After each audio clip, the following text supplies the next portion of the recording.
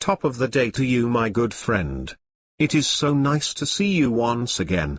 It is great to see you as well. I hope all is going good. I was speaking with a friend last week and he mentioned something about critical thinking. I kind of have an idea what critical thinking is, but I pretended that I understood what he was talking about. In reality, I was just nodding my head so I did not appear to be stupid.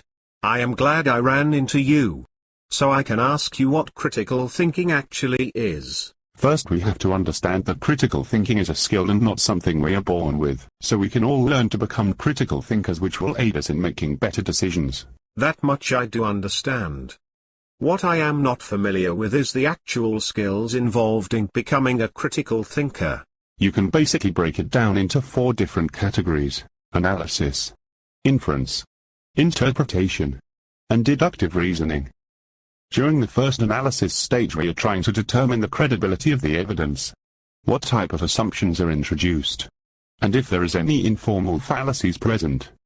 During the second inference stage, we need to identify what elements are needed to draw a conclusion. We need to query the evidence and form a hypothesis. The third stage involves interpretation. We can decode and clarify the argument being presented. We can also form an inductive argument based on a generalization of the evidence. The last stage involves the use of deductive reasoning to draw a logical conclusion based on highly scrutinized evidence which is being presented in the argument's premise. I think I am beginning to understand.